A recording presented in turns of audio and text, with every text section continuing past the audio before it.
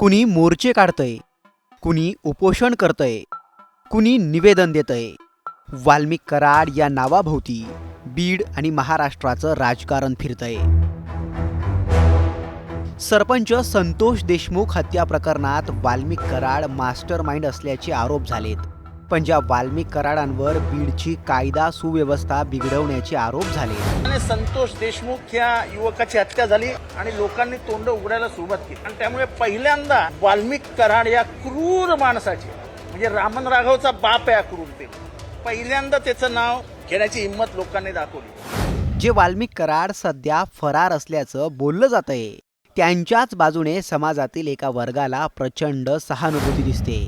कुणी त्यांना जनसेवक म्हणतंय, तर कुणी त्यांच्यासाठी थेट प्रतिमोर्चा काढतंय.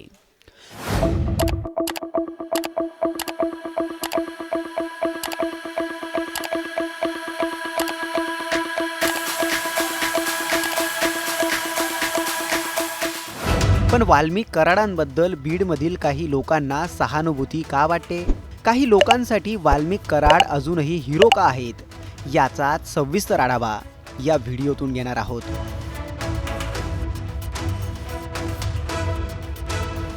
पहिल्यांदा वाल्मिक कराड या क्रूर माणसाची, म्हणजे रामन राघवचा बाप या क्रूरते, पहिल्यांदा त्याचं नाव घेण्याची हिंमत लोकांनी दाखवली. सरपंच संतोष देशमुख यांच्या हत्या प्रकरणात वाल्मिक कराड यांच्यावर गंभीर आरोप झालेत. वाल्मिक कराड यांनी आवादा एनर्जी कंपनीकडून 2 कोटी रुपयांच्या खंडणीची मागणी केल्याचा आरोप आहे. या प्रकरणावरून त्यांच्यावर गुन्हा दाखल करण्यात आला. पण या व्यतिरिक्त वाल्मिक कराडांवर सरपंच संतोष देशमुख हत्या प्रकरणातही गुन्हा दाखल करावा, अशी मागणी संदीप क्षीरसागर, जितेंद्र आव्हाड, सुरेश धसांनी केली आहे. बीडमध्ये वाल्मिक कराड यांची दहशत आणि गुंडगिरी असल्याचे आरोपही झालेत.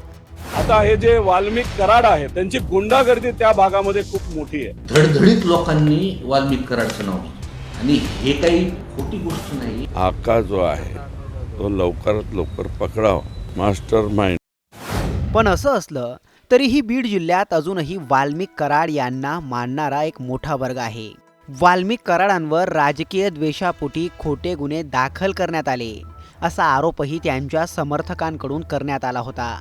सरपंच संतोष देशमुख यांच्या हत्येच्या निषेधार्थ बीडमध्ये 28 डिसेंबरला एका मोर्चाचं आयोजन करण्यात आलंय. याच मोर्चानंतर वाल्मिक कराडांच्या समर्थनार्थ बीडमध्ये प्रतिमोर्चा काढण्याचं नियोजन होत असल्याचंही बोललं जातंय. यात सगळे ओबीसी नेते उपस्थित राहतील, असा दावा करणारी ही पोस्ट सोशल मीडियावर व्हायरल झाली आहे. महादेव जायभये नावाच्या तरुणाने तर थेट आमरण उपोषणाचं हत्यार उपसल्याचं या पोस्टमधून दिसतंय. सोशल मीडियावरच्या या व्हायरल होणाऱ्या पोस्ट वाल्मिक कराडांची ही दुसरी बाजू दाखवत आहेत. यातली राजेश फड नावाच्या तरुणाने केलेली ही पोस्ट सध्या तुफान व्हायरल झाली आहे. त्यात लिहिलंय की वाल्मिकांना कराड हे आमचं दैवत आहेत. कुणाची दवाखान्याची अडचण आहे, कुणाला मुलीचं लग्न लावायचंय पण पैसे नाहीयेत, कुणी कर्जबाजारी झालंय, कुणाला प्रशासन सहकार्य करत नाहीये, कुणाला पोलिसांचा त्रास आहे, अशा शेकडो हजारो अडचणी घेऊन लोक जगमित्र कार्यालयात जातात. ते फक्त आणि फक्त एका विश्वासामुळे. तो विश्वास म्हणजेच वाल्मिकांना कराड. वाल्मिक कराड हे धनंजय मुंडेंचे निकटवर्ती आहेत. धनंजय मुंडेंच्या तालुक्यातील अनेक महत्त्वाच्या कामांची जबाबदारी वाल्मिक कराडांवर असायची. त्यामुळे त्यांचा बीड शहरात दांडगा जनसंपर्क असल्याचं बोललं जातं. याशिवाय वाल्मिक कराड या नावाभोवती त्यांचं स्वतःचं एक वलय आहे. म्हणूनच अजूनही फरार झालेले वाल्मिक कराड काही लोकांसाठी हिरो आहेत का? तुम्हाला काय वाटतं?